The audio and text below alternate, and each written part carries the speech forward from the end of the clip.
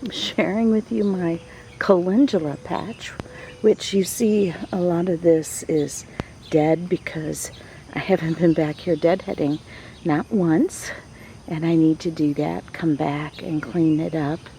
But these were from seed last year, and I love the colors of them.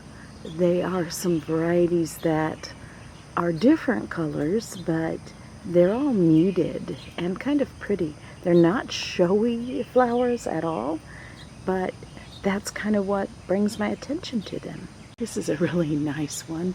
It's more of a yellow color, and we saw this is more of a rust color.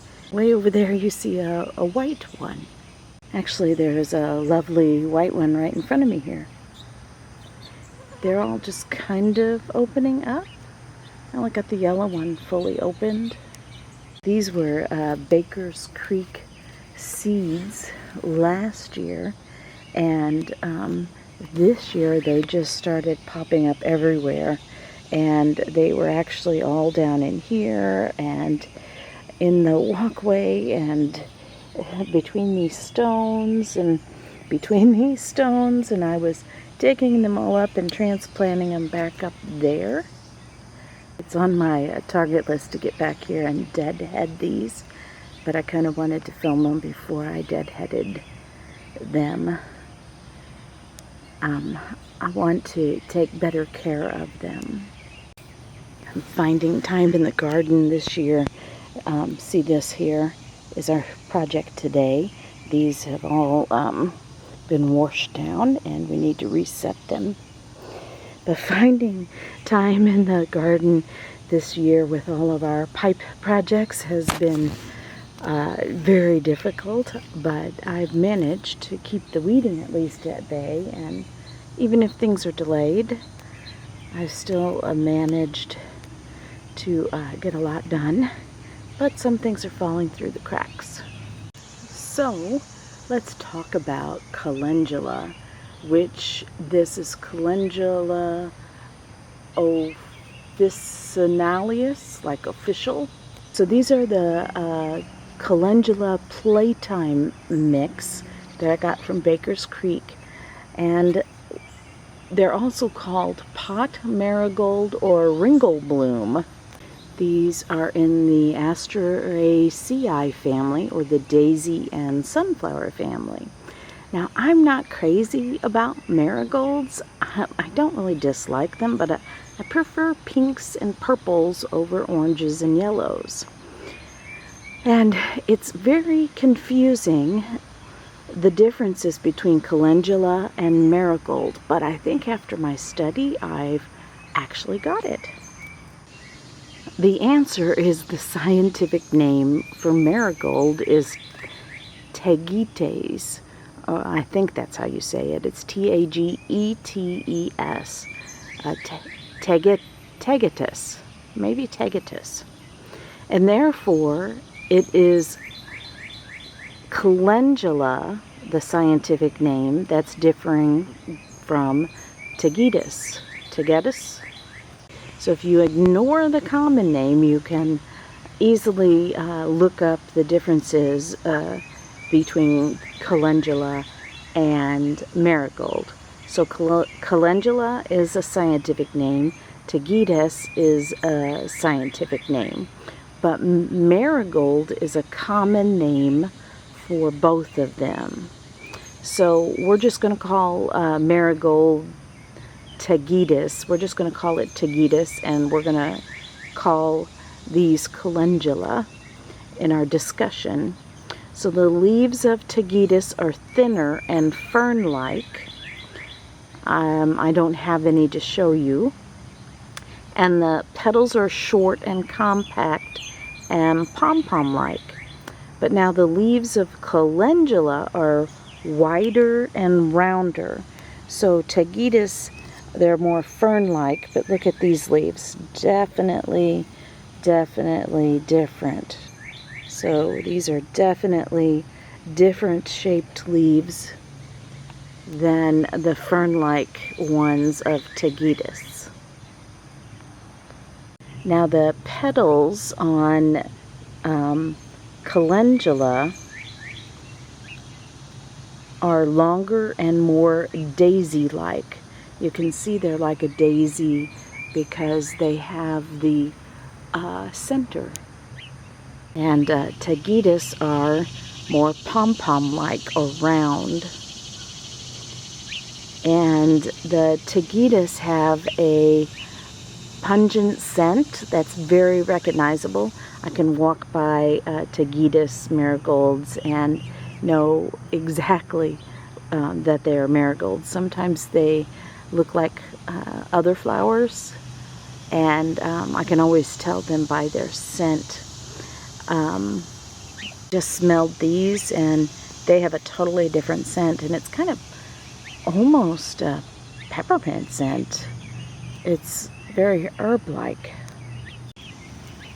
Another way you can tell them apart is the Tagetes marigold seeds are long and straight seeds, and I think most of us have planted those. If you think back to your childhood days, they have you grow them in schools because they're so easy to grow. But the calendula seeds are U-shaped. Calendula prefers cooler temperatures in the sun of the spring and autumn, and Tagetes love the sun and heat in the middle of summer. I didn't know that till I studied, but that's why I have this weeping cherry tree right here that these are under, so they get a lot of shade.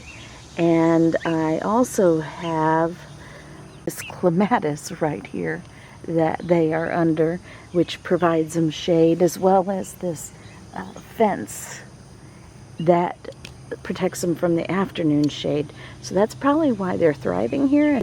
Calendula is edible and is often used in salads, and it's used to pretty up desserts, and it's put in teas and tisanes. But the Tagetes marigold, most of the varieties you don't eat. It said there's a couple you could, but I would just stay away from them. So these are well known for being able to put in food and eat. Don't confuse them with these pot marigolds with the other kind of marigolds.